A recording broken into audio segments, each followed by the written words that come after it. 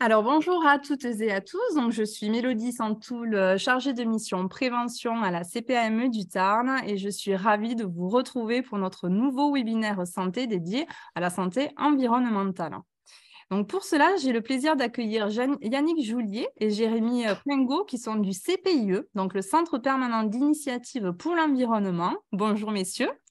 Bonjour. Bonjour.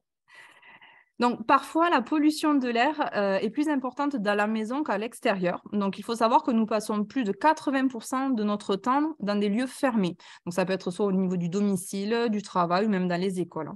Et donc, la qualité de l'air intérieur que nous respirons est un facteur vraiment majeur qui conditionne notre santé. Donc, quelles sont les principales sources de pollution intérieure? À quels risques nous expose-t-elle? Quels sont les bons gestes pour rester en bonne santé? Autant de points que vous pourrez retrouver sur le sommaire donc, qui s'affiche à l'écran. Donc, l'intervention durera une trentaine de minutes pendant lesquelles vos micros seront coupés. Donc, vous pouvez toutefois poser vos questions et interagir avec nos participants directement sur le panneau, donc en discussion de votre panneau de configuration. Donc, comme pour tous nos webinaires santé, vous pourrez visionner ou revisionner le replay de ce webinaire sur la chaîne YouTube de l'assurance maladie du Tarn, puisque ce webinaire est enregistré. Et également, si vous êtes intéressé par nos thématiques, par nos webinaires, n'hésitez pas à vous abonner à la chaîne YouTube de l'assurance maladie ou alors à consulter simplement le programme de nos webinaires donc sur le site amélie.fr. Donc, ce programme est régulièrement mis à jour. On en parlera un peu plus tard à la fin de ce webinaire.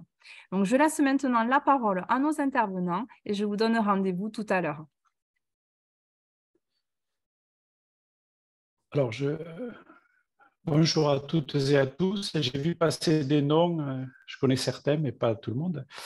Peut-être en préalable, pour contextualiser un peu le CPIE, donc nous sommes une association d'éducation à l'environnement.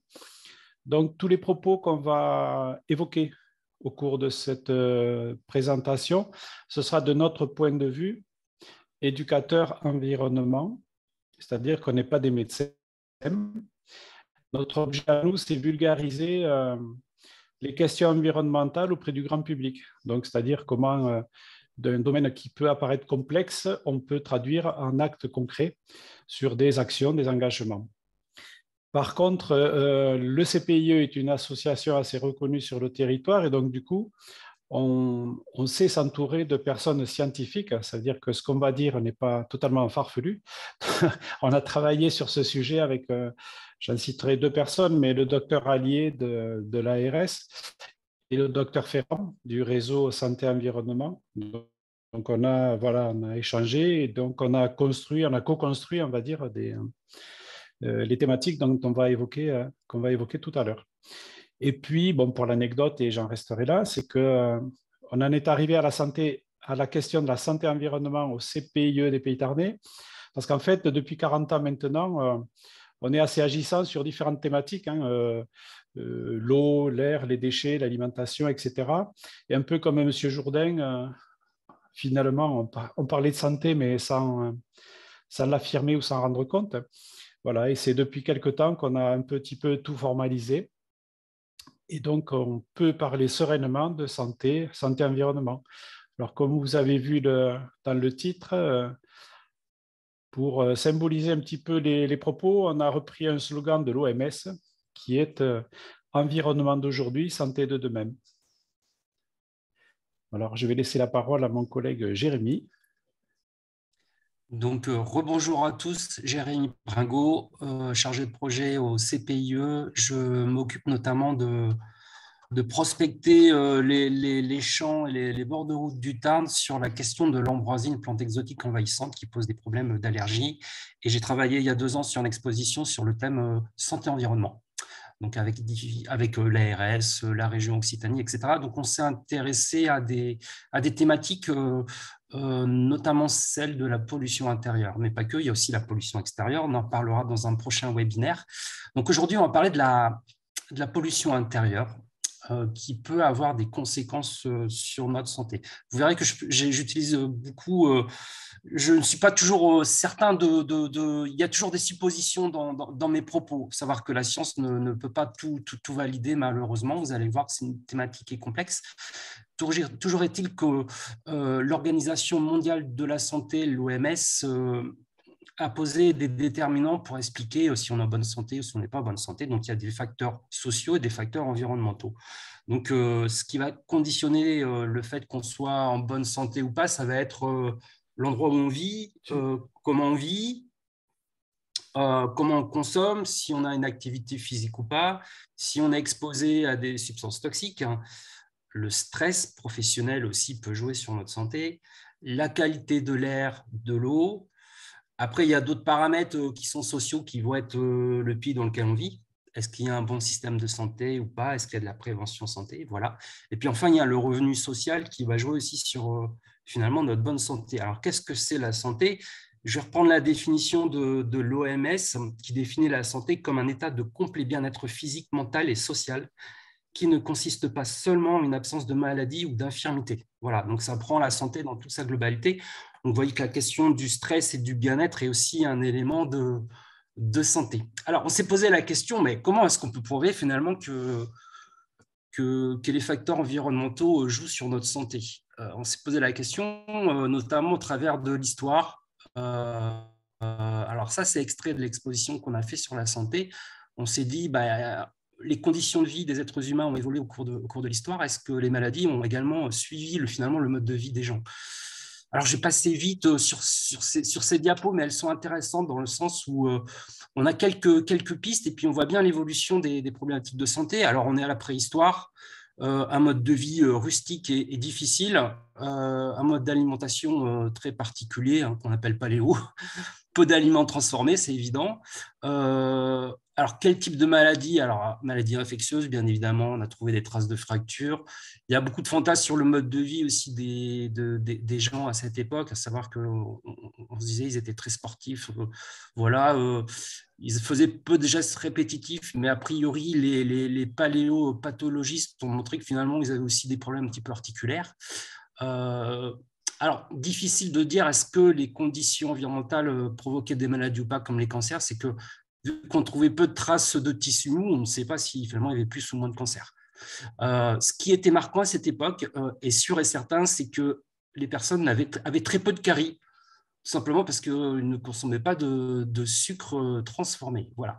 Ensuite, on passe à un moment de l'histoire qu'on va dater, grosso modo, du néolithique, moins 6000 ans, jusque avant la révolution industrielle, donc un mode de vie très rural, où c'est une période qui va être marquée par la concentration humaine dans des villages ou dans des villes, et surtout le développement de l'élevage, avec du coup l'apparition de zoonoses, donc des maladies animales qui vont passer à l'homme. Donc ça va être toute la grande époque de la tuberculose, qui existe encore, mais là, il y avait des gros foyers, la peste, le typhus, donc tout un tas de maladies infectieuses qui étaient liées à la proximité de l'homme et de l'animal. Et un élément important, c'est aussi au niveau des dents, l'apparition des caries. Donc, on commence à consommer des sucres rapides, des bouillies, peut-être des confitures. On n'était pas encore avec du sucre raffiné. Donc, voilà, c'est un moment où vraiment les dents des personnes se détériorent. On passe à une troisième période qu'on va appeler la période hygiéniste. Donc, c'est toute la période du 19e siècle avec les découvertes sur les bactéries, la vaccination, la découverte du fait d'aseptiser nos aliments, les progrès de la médecine, etc. Et puis toute une tendance à l'hygiène. Donc, c'est un petit peu une période qui va déterminer doucement un petit peu la part grandissante des maladies infectieuses. C'est-à-dire qu'on commence à pouvoir combattre les maladies infectieuses. Voilà. Donc, tout ce qui faisait provoquer la mort a commencé un petit peu à diminuer. Donc, on a parlé de transition épidémiologique à cette époque parce que finalement, les maladies infectieuses commençaient à diminuer, mais il y avait d'autres maladies qui ont commencé à apparaître après, on va dire, après la guerre, avec nos changements de mode de vie. Donc, on vit beaucoup plus à l'intérieur. il y a le développement de la chimie et l'apparition de tout un tas d'objets en plastique de notre quotidien. On le voit un petit peu dans la dernière illustration, vous voyez, on passe beaucoup plus de temps à l'intérieur, on est assis, on est beaucoup plus sédentaire. Je parle de nos pays développés, hein, on est bien d'accord. Donc, il y a une tendance qui commence à apparaître où il y a une explosion de ce qu'on appelle les maladies chroniques. Donc, qui vont être les cancers, les maladies cardiovasculaires, l'obésité, l'asthme, voilà, toutes ces maladies qui peuvent être aussi liées au vieillissement des populations, mais finalement aussi qui touchent aussi beaucoup de jeunes personnes. Donc, il n'y a pas que le vieillissement qui explique l'apparition de ces maladies chroniques. Voilà, et donc, les scientifiques se posent la question, est-ce qu'il n'y a pas dans notre environnement des éléments chimiques qu'on ne voit pas forcément qui posent des problèmes de santé? Voilà un petit peu, c'est ce que je venais de vous dire. On estime que 25 à 33% des maladies dans le monde seraient dues à des facteurs environnementaux. Voilà. Je ne l'ai pas dit tout de suite, mais dans les maladies chroniques, on va aussi y mettre notamment des problèmes de fertilité qui sont apparus et qui sont certainement en lien avec notamment ces produits qu'on appelle les perturbateurs endocriniens. Alors, on va se pencher sur notre quotidien, notre maison, et puis on va aller à la chasse aux polluants de l'air intérieur. Alors, je vous laisse un petit moment pour consulter un petit peu les éléments de notre intérieur qui peuvent nous provoquer des troubles de santé ou des maladies. Donc, vous voyez, il y en a partout. Tous les objets de notre quotidien émettent des substances qui peuvent être nocives à la santé. Alors, vous allez avoir bien sûr tout ce qui va concerner la combustion, les systèmes de chauffage, les encens, les bougies qu'on met et puis qui sont très mauvais pour la santé parce que donc ça émet des SOV, des composés volatiles, des particules fines, du monoxyde de carbone. On va trouver aussi des substances chimiques dans la décoration, dans nos meubles, dans les peintures, les revêtements de sol en PVC qu'on a un petit peu partout, nos meubles qui sont finalement souvent des bois agglomérés, hein, le bois massif coûte un peu plus cher. On va le trouver également dans nos textiles, dans les tissus, dans les matelas. Il y a aussi tous nos produits de cosmétiques qui peuvent contenir ces substances toxiques. Alors je dis toxiques, on se comprend, on ne va pas s'empoisonner, mais on suppose un effet à long terme et à court terme de ces substances. Je vais y revenir tout à l'heure. Alors peut-être pour... Souvent, c'est un grand moment d'angoisse quand on voit ce dessin, parce que finalement, on se dit effectivement, il y a beaucoup de choses un petit peu partout. Ce qu'on a voulu retranscrire avec Jérémy, c'est qu'en fait, pour chacun des points que vous voyez apparaître, il y a pratiquement une solution. C'est-à-dire qu'on n'est pas obligé de subir les situations. Pour chaque élément qui soit écrit en rose, vert ou bleu, on peut amener des solutions. Voilà, c'est aussi pour ça qu'on souhaitait présenter une assez grande diversité. Mais on pourra réfléchir ensemble dans le deuxième temps. Qu'est-ce qu'on peut faire pour éviter des grandes expositions à tout ce qui peut apparaître là? Tout à fait. Là, l'idée, effectivement, c'est de poser un peu un cadre, d'expliquer, bien sûr, le lien entre santé et environnement, d'expliquer aussi ce que c'est pour que chacun ait vraiment les éléments. Et après, effectivement, échanger sur quelles sont les solutions, parce qu'il y a quand même quelques solutions, et heureusement. Donc, il y a quand même un peu de positif aussi dans le discours. Mais c'est vrai qu'on en parlera tout à l'heure. Voilà, on essaye d'éviter l'éco-anxiété. Donc, vous devez entendre cette terminologie. C'est vrai que les questions environnementales, souvent, amènent beaucoup de questions. Et donc, voilà. Mais on est là pour apporter, si on peut, des solutions. Désolé si je vous ai angoissé. Je reprends le fil. Donc, vous voyez, il y en a à tous les étages de la maison de ces produits. Il y en a qui sont évidents, c'est tout ce qu'on stocke à la cave, les produits de bricolage, hein, les peintures, les cols, voilà. On sait que quand on bricole, même quand on ponce du bois, c'est bien de mettre un masque, surtout quand on fait du décapage de meubles. Voilà, les bricoleurs le savent, mais parfois on peut l'oublier. Un élément important aussi qui va concerner les gens qui habitent dans les massifs anciens, massifs centrales, etc., quand il y a des terrains métamorphiques, notamment granitiques, ça va être l'émission de radon dans les caves. Voilà. Alors, par exemple, il existe toujours des solutions, hein. On évite de dormir dans sa cave déjà, et puis où il y a des systèmes de ventilation. Voilà. Alors, les grandes catégories, ben, c'est ce que je vous disais, hein. Il y a le tabac, il y a également la question des logements insalubres qui peuvent générer de la pollution intérieure, des microbes, des mycoses, etc., des champignons. Le radon, je viens d'en parler. Il y a les émissions de gaz toxiques sur les appareils de chauffage qui sont mal réglés, ben, qui peuvent poser des problèmes de santé. Puis les perturbateurs endocriniens. Donc, c'est ce que l'on vient de vous développer, qui sont un petit peu partout et pour lesquels il existe des solutions, en tout cas pour éviter d'y être exposé. Alors, qu'est-ce qu'un perturbateur endocrinien? On en entend beaucoup parler, hein. Alors, je vous donne la définition telle quelle. C'est une substance ou un mélange qui altère les fonctions du système endocrinien et qui induit des effets nocifs sur la santé d'un organisme intact, sur ses descendants et sur des sous-populations. Donc, à droite, vous voyez un petit peu déjà les grands types de perturbateurs endocriniens. Alors, comment ça fonctionne? Alors, on a dans l'organisme donc des glandes endocrines qui ont un rôle particulier. En fait, c'est qu'elles envoient,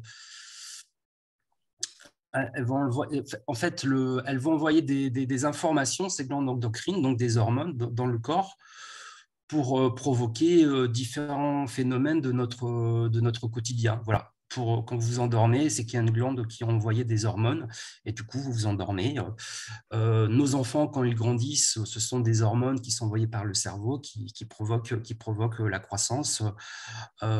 Si vous êtes en situation de danger, un lion vous court après, vous allez avoir une glande qui va vous envoyer de la dopamine et vous allez trouver de l'énergie pour courir. Donc voilà, il y a tout un tas de stimuli qui vont envoyer donc des informations, des hormones dans les cellules pour provoquer une réaction. Or, il se trouve que les perturbateurs endocriniens vont interférer sur ces hormones, c'est-à-dire qu'elles vont les bloquer ou alors elles vont les mimer. Donc, les perturbateurs endocriniens vont se fixer au niveau des récepteurs des cellules. Donc, l'information, l'hormone va pas pouvoir donner l'information. Par exemple, vous n'allez pas pouvoir vous endormir. Voilà. S'il y a un perturbateur qui agit sur la cellule, ou alors elles peuvent mimer des hormones. Ça peut être des oestrogènes qui sont générés par des substances que vous avez consommées et du coup qui vont provoquer des effets néfastes dans votre organisme. Donc voilà, ce sont des éléments qui perturbent la communication dans notre corps. J'espère que j'ai été clair. Je simplifie, je ne suis pas du tout endocrinologue et c'est une science hyper complexe. J'essaye juste de simplifier. Voilà comment elles fonctionnent, ces substances. Je laisse peut-être Yannick reprendre un petit peu la main sur le mode de fonctionnement de ces substances. Alors, c'est ce qu'on a un petit peu découvert au fur et à mesure de l'avancée de nos recherches sur le sujet. Je vois qu'il y a plein de médecins parmi les participants, donc il ne faudra pas hésiter à compléter. Alors, effet à faible dose, effectivement, ce n'est pas la dose qui fait le problème, c'est-à-dire qu'il y a des molécules qui font qu'il va y avoir des réactions même à très faible dose. Donc, on n'est pas obligé, ce n'est pas parce qu'on va ingurgiter, inhaler ou ingérer des molécules nocives qu'on va forcément déclencher la maladie. Certaines peuvent être déclenchées à très, très faible dose. Et non monotones dans le sens où ce qui va suivre, ce qui va être généré ne sera jamais trop identique. Effet après la période de latence, c'est-à-dire que si on a été exposé ou si on a ingéré ou inhalé des produits, les réactions ne vont pas être instantanées. C'est-à-dire que ça peut prendre plusieurs années, voire décennies, avant de déclarer éventuellement une maladie. Transgénérationnel, alors là, ça veut dire que une personne qui a été soumise à des perturbations endocrines peut léguer, façon de parler, via les transmissions génétiques, la maladie aux enfants, voire aux petits-enfants. C'est-à-dire que les effets peuvent sauter une génération, par exemple.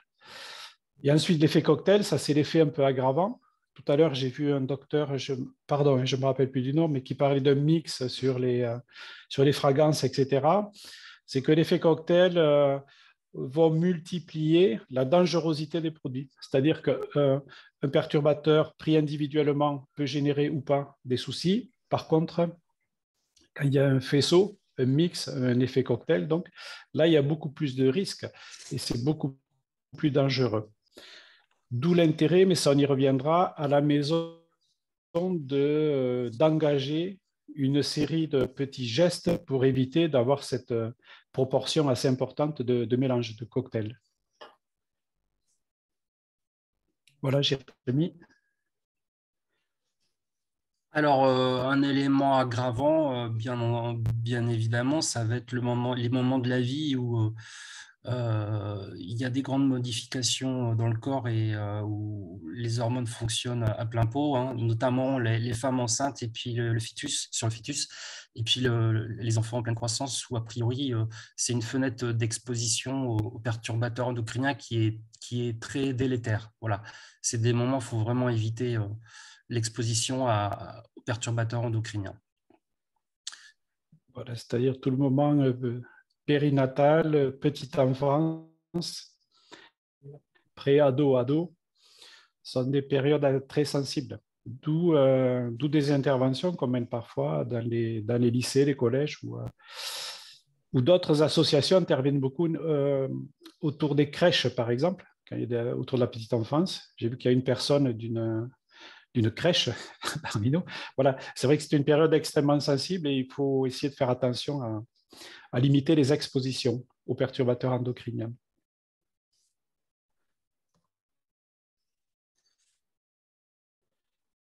Alors, voilà, ils sont un peu partout dans notre quotidien, on l'a vu dans notre intérieur, on les trouve dans les produits agricoles. Alors, bien sûr, on sait qu'ils sont présents dans les pesticides. On les trouve dans tous les produits industriels, hein, issus de la chimie de synthèse. Donc, ce sont tous les produits de notre quotidien, un petit peu en plastique, les cols, etc., qu'on a exposés tout à l'heure.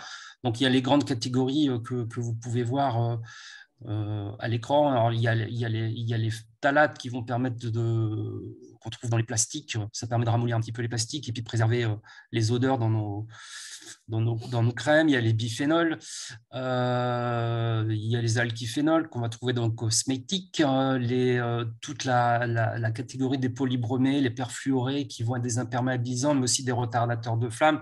Ça va être des substances qu'on va trouver notamment dans tous les produits électroniques dans la maison pour éviter qu'il y ait des incendies, donc tous les fils de téléphone, etc., les ordinateurs, vous avez des émissions, surtout quand ça chauffe, voilà.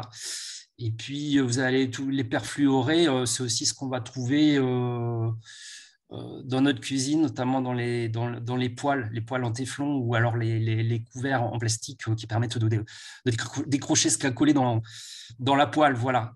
Ils sont des plastiques qui, soumis à la chaleur, vont émettre des substances nocives.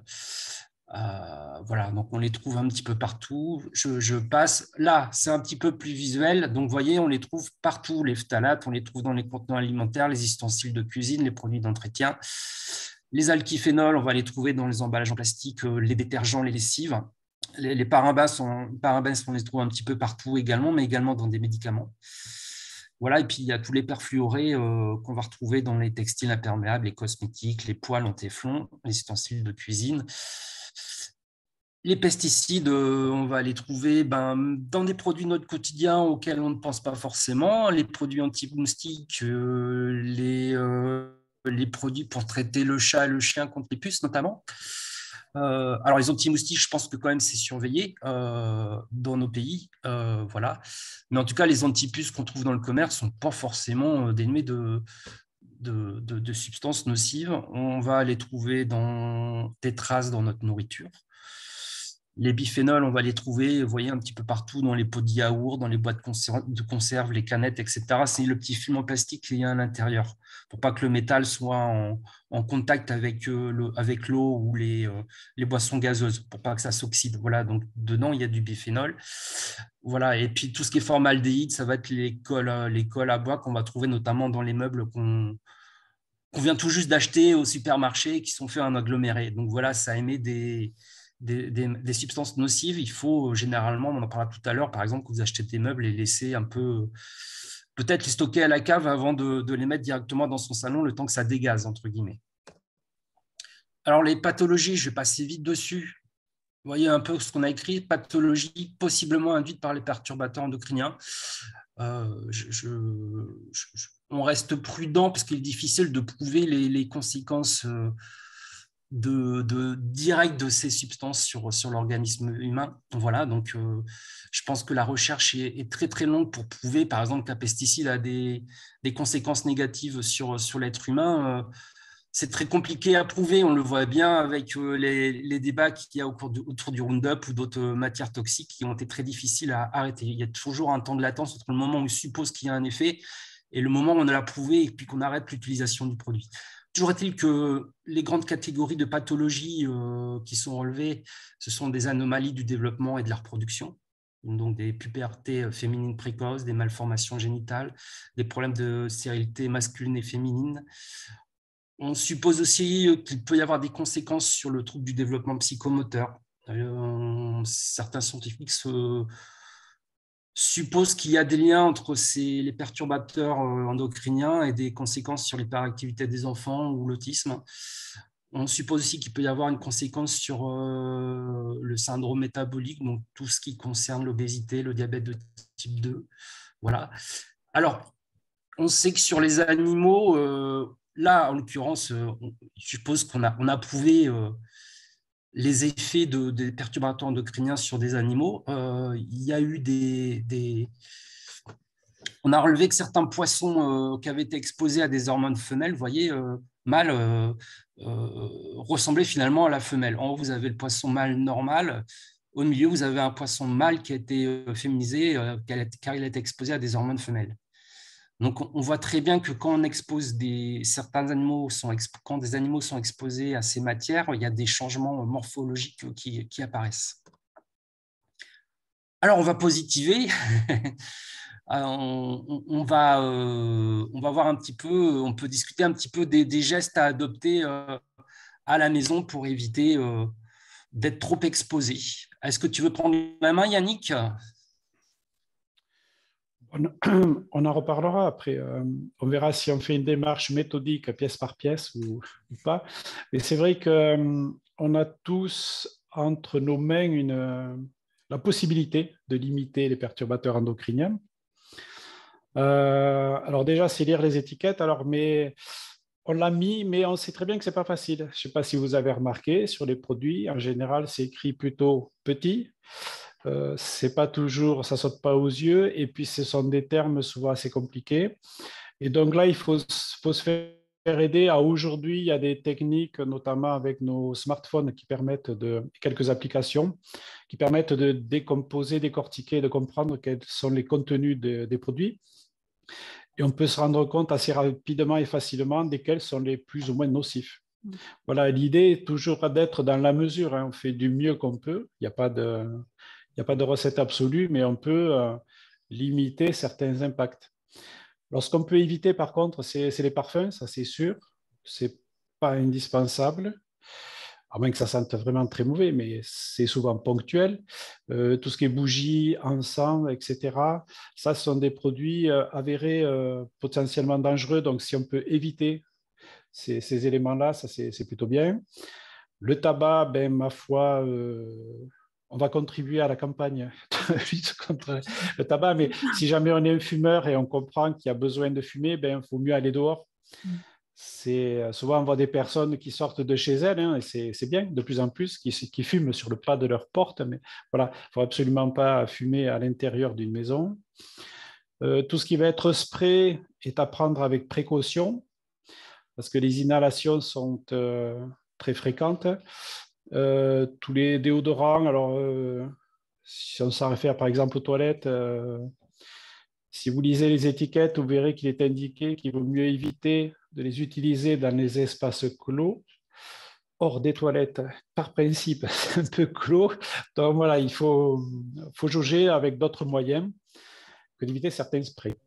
Alors les herbicides, insecticides, tous les biocides, d'une façon générale, sont à proscrire dans les jardins.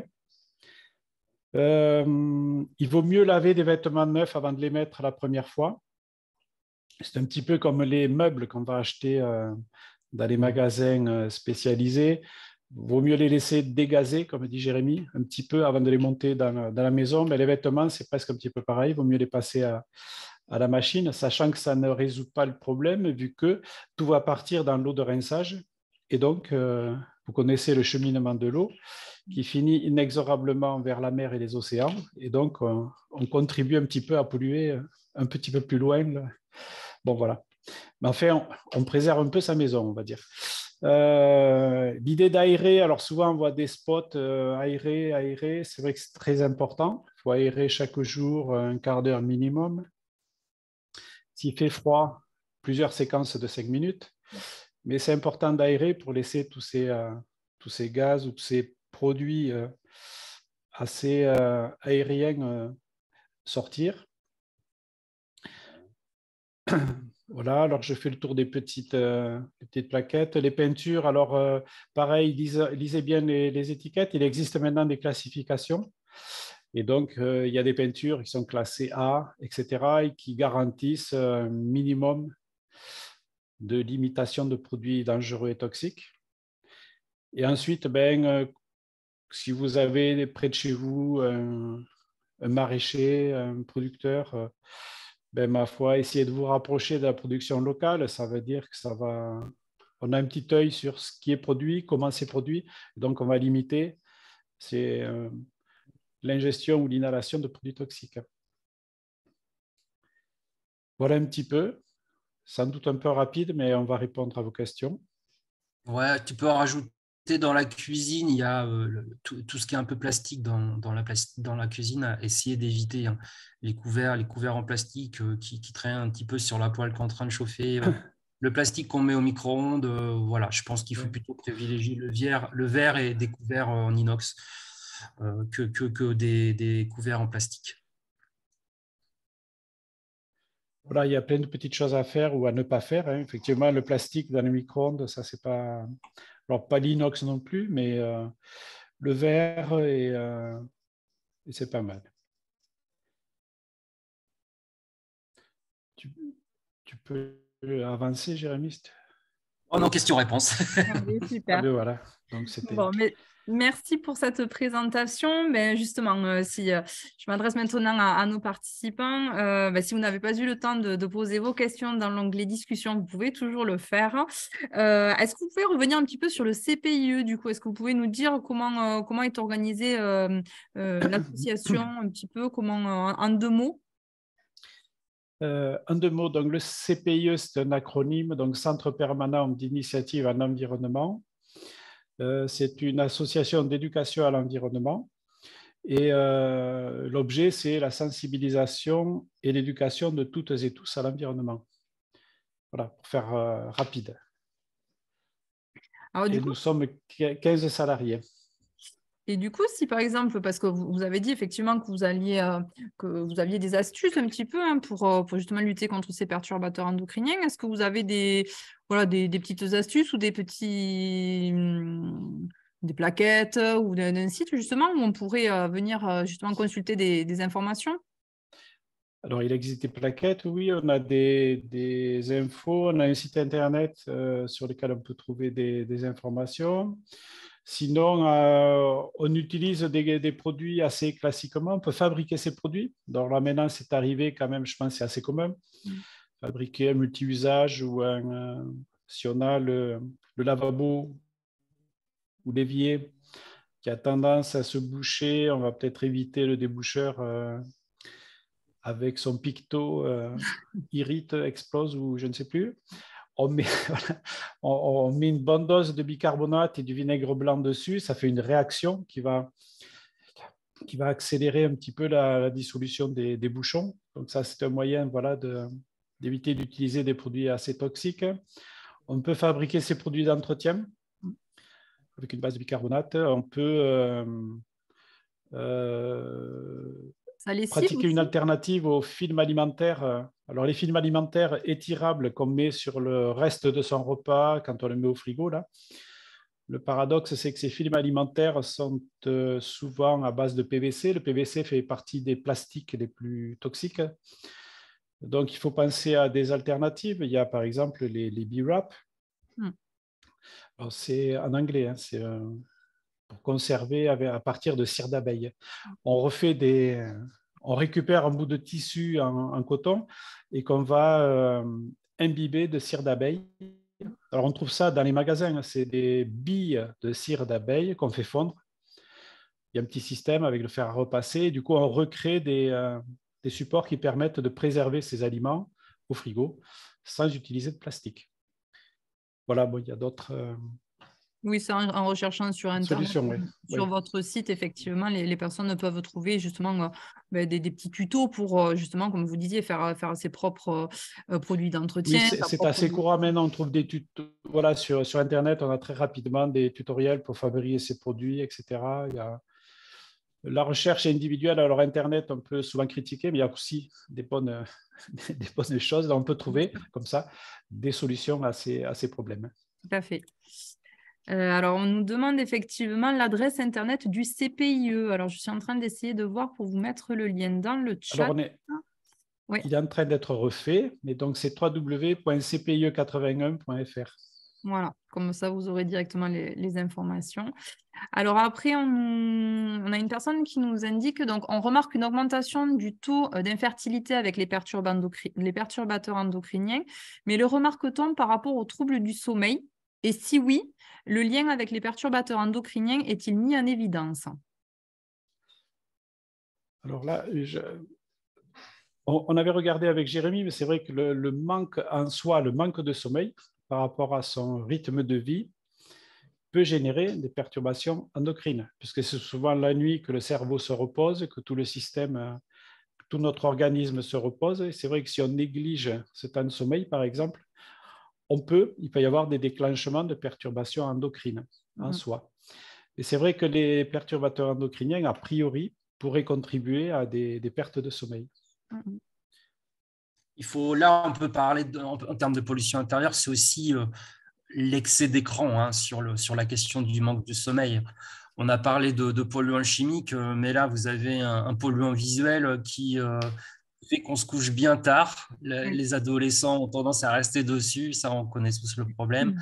Nous-mêmes aussi, on se retrouve piégés avec ce truc qui, voilà, quand vous êtes sur l'écran, votre cerveau, il met plein de dopamine dans la tête. Vous voyez, je parlais tout à l'heure du rôle un petit peu des glandes endocrines. En tout cas, il y a plein de dopamine qui est générée quand vous êtes sur votre écran et du coup, vous n'arrivez pas à décrocher et vous ne dormez pas. Tout à fait. Et d'ailleurs, c'est un joli rebond sur un webinaire que l'on a fait justement sur l'impact des écrans. Alors, c'est plus sur le développement des enfants, mais bon, les conseils sont valables pour tout le monde. Donc, c'est vrai que c'est important aussi d'en parler parce que c'est vrai que ça peut perturber effectivement notre santé aussi, hein, clairement. Ouais.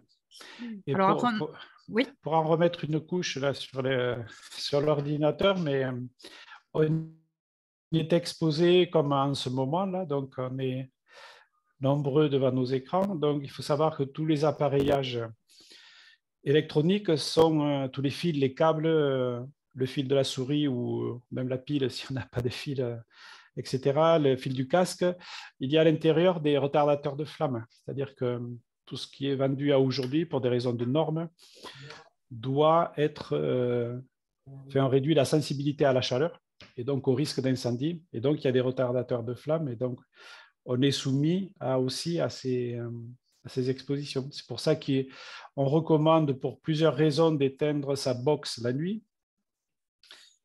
Ce n'est pas qu'on est contre les prescripteurs, c'est juste que, ça consomme, puisque ça reste en veille, et que ça chauffe. Donc, s'il y a chaleur, ça veut dire qu'il y a consommation d'énergie. Mais en plus, on maintient une émanation comme ça de ces substances, des retardateurs de flamme dans la maison. Plus c'est chaud, plus c'est dégazé. Voilà.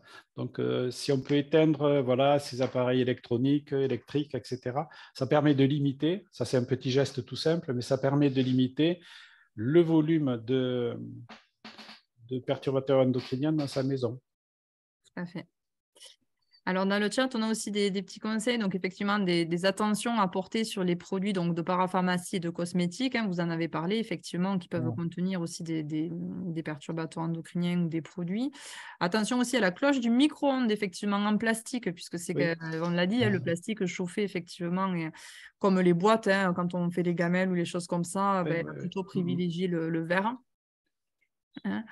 Alors, il y a une personne qui nous demande si on a des noms d'applications pour vérifier les étiquettes. Alors, nous ne sommes pas autorisés à faire de publicité sur certaines applications, mais je vois qu'il y a une personne qui s'est fait, voilà, qui vous a proposé une solution. Après, vous pouvez en trouver hein, sur Internet si ça se développe pas mal. Il y en a deux, trois, effectivement, qui vous permettent de scanner, grosso modo, le code barre d'un produit et qui vous donne une note ou du moins voilà, une appréciation sur les produits, ce qui vous permet après donc, de vous faire votre petite liste de produits cosmétiques pour vous, la famille, qui soit bien noté et qui n'ait pas de produits et qu'après que vous utilisez, ça vous permet de faire un peu du ménage dans ce qui n'était pas forcément bien.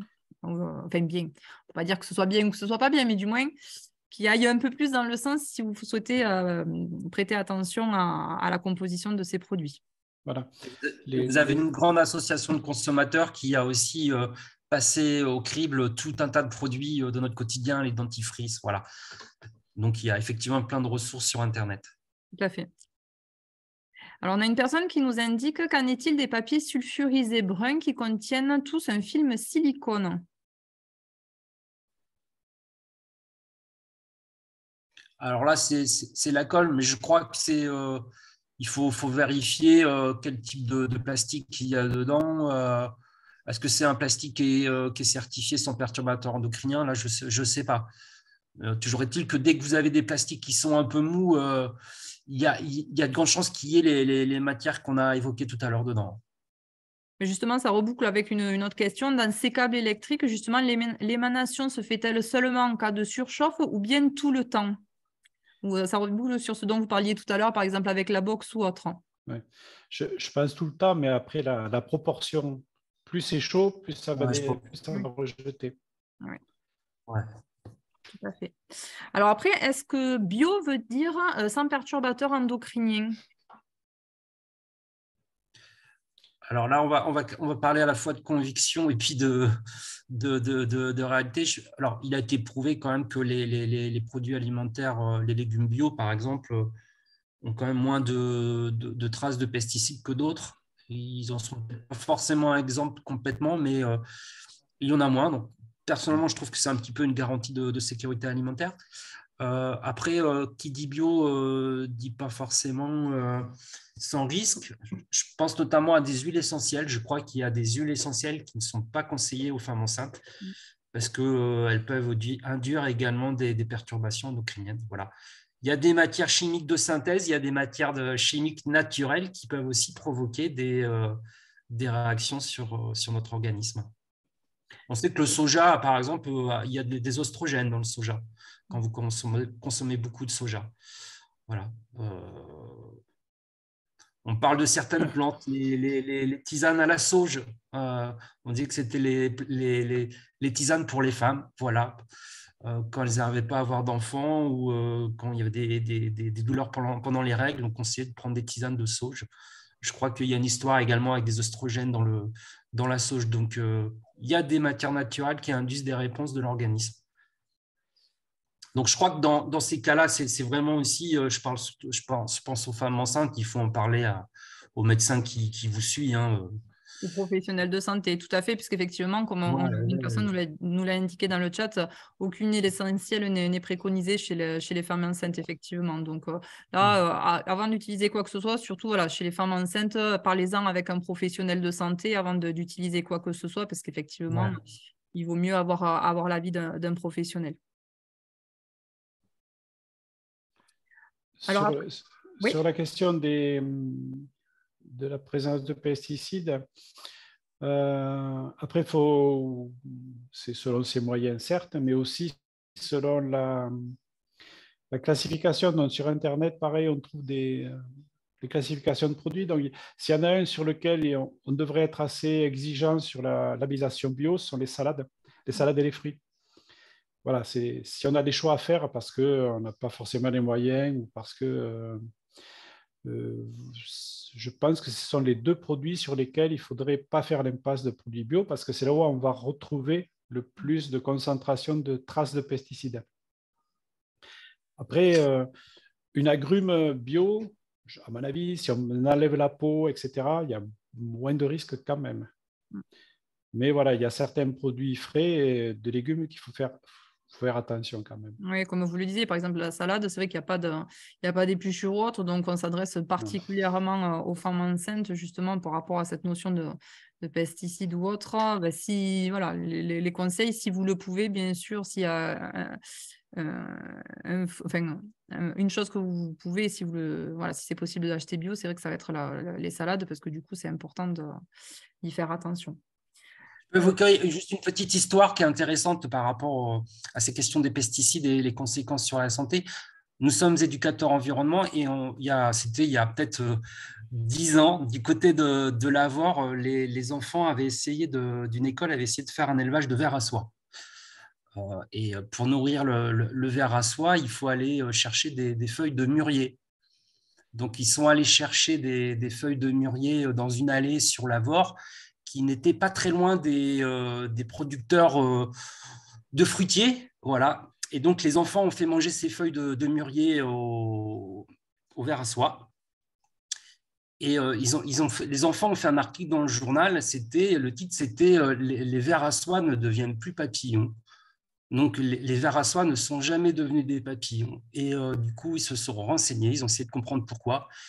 Et la théorie qui est sortie, c'est que tout simplement, il y a des produits qu'on épand pour se débarrasser des ravageurs dans les fruitiers ou dans les cultures qui sont des hormones, en fait. Et en fait, ces hormones ont fait que les vers à soie sont restés au stade de larve, ne se sont jamais développés. Donc, tout ça pour vous dire que finalement, un produit qui est pendu dans la nature pas loin de chez vous peut très bien se retrouver sur vos salades. Voilà. Et que les conséquences, elles ne sont peut-être pas seulement sur les vers à soie, mais peut-être sur votre santé. Voilà. Je crois que c'était un test grandeur nature et scientifique qu'on avait fait involontairement avec des enfants. Voilà. Tout à fait. Alors, il y a une personne qui nous demande comment concilier environnement et santé, par exemple milieu médical et utilisation de plastique pour les produits de santé. Ça va être compliqué. Alors, il y a l'idéal, oui, ce dont on parle. Et puis, il y a les règlements de certaines administrations qui vont faire que, assez paradoxalement, pour des raisons d'hygiène, de commodité, pour éviter les propagations, etc., on va inciter, même on demande à ce qu'il y ait des gants qui soient changés à chaque fois, à ce qu'il y ait des... voilà, donc il y a toujours des contradictions. Bon, rien n'est idéal, mais l'idée, c'est d'essayer de faire au mieux qu'on peut. C'est ça. C'est vrai que c'est assez contradictoire. Hein. C'est aussi l'objet de ce webinaire. C'est vrai qu'on n'a pas de solution miracle à apporter. Malheureusement, il y a des choses qui ne dépendent pas de nous, mais il y en a certaines qui peuvent dépendre de nous. Donc, c'était ça, en fait. L'idée, c'était déjà de porter à la connaissance du plus grand nombre donc, cet impact, en fait, entre environnement et santé, de mettre une explication derrière cette notion de perturbateur endocrinien dont on parle de plus en plus. Et c'est vrai qu'encore aujourd'hui, tout le monde ne sait pas forcément ce qu'est un perturbateur endocrinien ou quel va être l'impact sur sa santé, sur la santé de ses enfants, voire on a vu voir des petits-enfants ou autres. Donc, c'était vraiment l'objet de ce webinaire, c'était justement de porter ces connaissances à la portée de tout le monde, si je puis dire, et de pouvoir réfléchir, justement, s'interroger sur nos pratiques. Hein. Le but, c'est pas, on ne pourra pas tout changer, on ne pourra pas, effectivement, ne plus du tout être en contact avec ces perturbateurs, mais essayer de limiter au maximum avec des gestes qui peuvent être simples, on l'a dit tout à l'heure, pour justement essayer de faire de son mieux. Voilà. On peut faire chacun un petit quelque chose. Hein. On prend plus, on ne met pas une bougie, on fait attention, on lit bien les étiquettes, on prend des produits éco-labellisés, même si ce n'est pas la panacée. Il n'empêche que lorsqu'il y a un label écolabel, on sait qu'on limite malgré tout le volume de possibles perturbateurs. Voilà, donc on peut faire des petits gestes comme ça au quotidien qui, mis bout à bout, vont faire que sa maison sera un peu moins contaminée, quoi. Oui, Laisser dégazer les meubles quand on vient d'acheter un meuble, etc. On peut réutiliser des produits, essayer de réutiliser des produits un peu naturels ou alors se les fabriquer. C'est ça. Le vinaigre, le bicarbonate de soude, tout ça, c'est pas des produits qui coûtent forcément cher et qui permettent justement de remplacer certains produits ménagers. Tout à fait. Après, il existe des capteurs de pollution que vous pouvez acheter sur Internet. Nous, on en a pour faire des animations et ces capteurs sont capables de vous dire s'il y a des particules fines dans votre intérieur, à l'extérieur. Et ils captent également les COV, donc les composés organiques volatiles. C'est un petit peu les produits émanant de votre intérieur. Voilà, si vous venez de peindre votre logement, avec ce type de capteur, vous allez pouvoir le voir.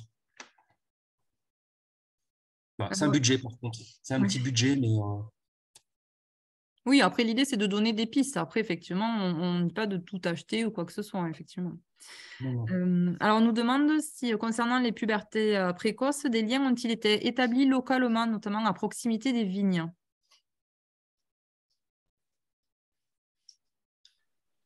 Alors, moi, je crois que j'avais entendu parler il y a quelques années d'enfants de viticulteurs qui avaient des malformations au niveau des organes génitaux.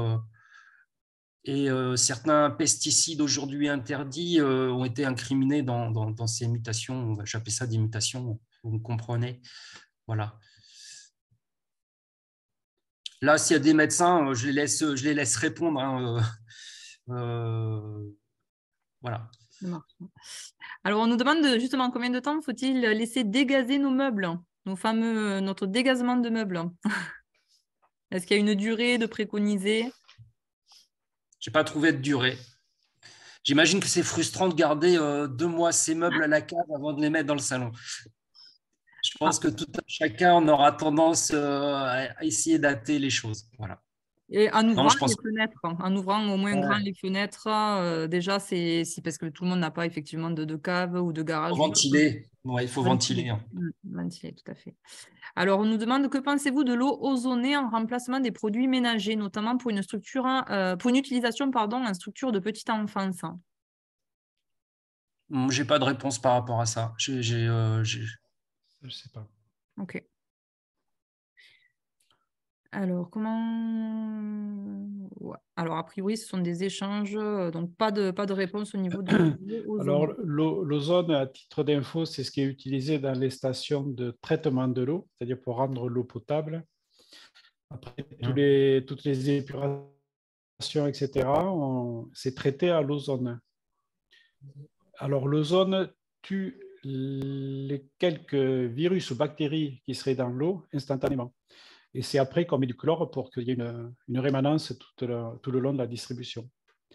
Mais a priori, l'ozone n'a pas un effet durable sur le long terme. D'accord.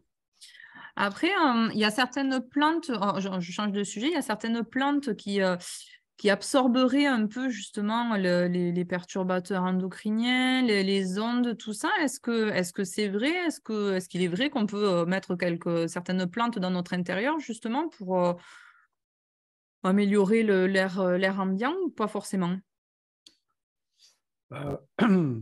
Je pense que là, il faut être prudent. Je ne pense pas que les plantes ingèrent les perturbateurs endocriniens. Par contre, sur les feuilles, elles vont capter les poussières. Parce qu'on n'en a pas parlé, mais les poussières souvent retiennent des molécules et des particules. Et l'intérêt d'une plante, c'est que ces poussières vont se poser dessus. Ça, c'est vrai. Ça fait un peu un mini aspirateur. Là. C'est aussi un moyen de capter toutes les particules qu'il y a dans l'air. Mais je ne pense pas qu'elles éliminent les molécules nocives. Okay. Alors, que pensez-vous de l'eau en bouteille? Au-delà du fait qu'elle soit en bouteille en plastique, quelle est la qualité de l'eau du robinet, notamment en ce qui concerne le chlore ou autre? Alors, pareil, là, on va être sur des histoires aussi de conviction personnelle. Moi, je ne consomme que de l'eau du robinet parce que j'ai vu beaucoup de scientifiques me démontrer que l'eau du robinet était la plus sûre. Pour les questions, alors les bouteilles en plastique, vous savez très bien que c'est du pétrole, donc il y a une pollution induite par le transport, la fabrication de ces bouteilles en plastique. Une bouteille d'eau que vous avez ouverte, que vous laissez traîner, on sait que ce n'est pas très bon parce qu'il y a des bactéries qui se développent dedans. Et puis les plastiques, vous l'avez évoqué tout à l'heure, à la chaleur, les plastiques émettent des perturbateurs endocriniens. Sur la question des pesticides, je crois qu'il y a eu des tests sur des eaux dites minérales, eaux de source, elles avaient également des traces de pesticides. Donc moi, c'est ma conviction personnelle, en tout cas, je préfère l'eau du robinet, pour les raisons que je viens de vous exposer. Et puis, ce n'est pas le sujet ici, mais si on en revient en termes financiers, si on fait rapidement une comparaison, ça je vous laisserai faire chez vous, si on compare le mètre cube d'eau du robinet et le mètre cube d'eau en bouteille, c'est 300-400 fois plus cher. Donc, l'effet marketing est assez fort sur le côté bouteille. Oui, après, en sachant qu'en plus, il y a le conditionnement, hein, parce qu'on sait qu'on dit que, par exemple, l'eau, il ne faut pas la laisser au soleil, mais c'est que parfois, certains packs d'eau ou autres peuvent être exposés en attendant au soleil ou autre. On ne sait pas trop d'où ça vient aussi, donc faire attention à ça. Et on a une question concernant l'intérêt des carafes filtrantes, justement, pour filtrer l'eau du robinet. Est-ce qu'il y a un intérêt? Est-ce que c'est du marketing? Quel pourrait être votre avis, du coup? Ça va filtrer les plus grosses particules et ça va filtrer dans le sens où on entretient bien son filtre, parce que si on met un filtre et qu'on le laisse 6 mois sans le changer, ça peut au contraire avoir un effet d'empirer la chose puisqu'on concentre les particules dans le filtre, donc l'eau va repartir encore plus chargée. Par contre, les particules les plus fines, pesticides et autres, je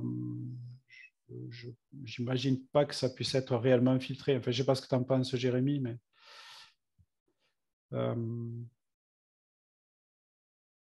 c'est tellement microscopique que ça passera au travers des mailles du filet. Puisque les stations d'épuration qui sont en train d'être revues actuellement, aux normes européennes, puisque petit à petit, elles sont toutes remodelées, les anciennes ne captaient pas du tout les pesticides, par exemple.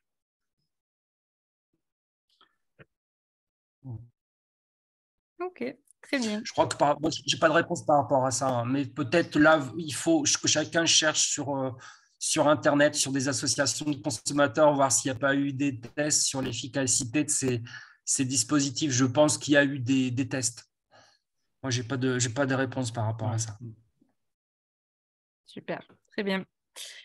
Mais s'il n'y a plus de questions, je vous propose de clôturer ce moment d'échange. Encore merci à tous ces participants pour ces questions et puis pour avoir écouté la présentation. Merci à vous, Yannick Joulier et Jérémy Pringo, pour cette intervention et cette présentation.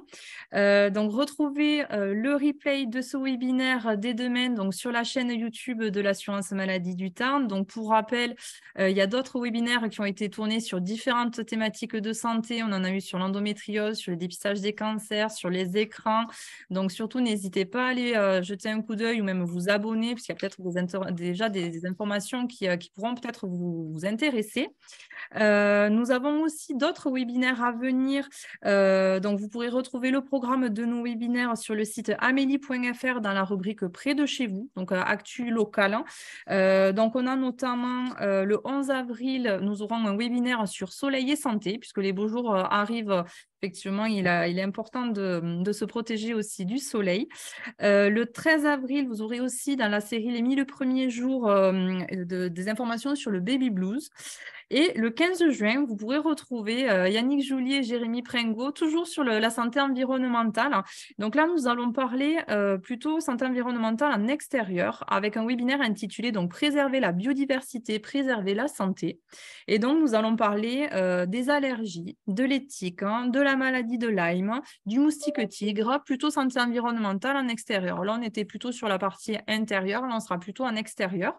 Donc, si vous êtes intéressé pour participer à ces webinaires, n'hésitez pas à aller sur le site amélie.fr. La programmation des webinaires est actualisée régulièrement, donc n'hésitez pas à vous inscrire et à participer avec nous au direct ou alors simplement en visualisant les replays.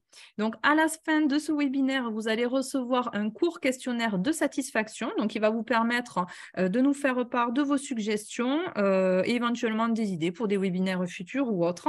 Et quant à moi, je vous donne rendez-vous très bientôt pour de nouveaux webinaires santé. Encore merci pour votre participation et à très vite. Au revoir. Au revoir. Au revoir.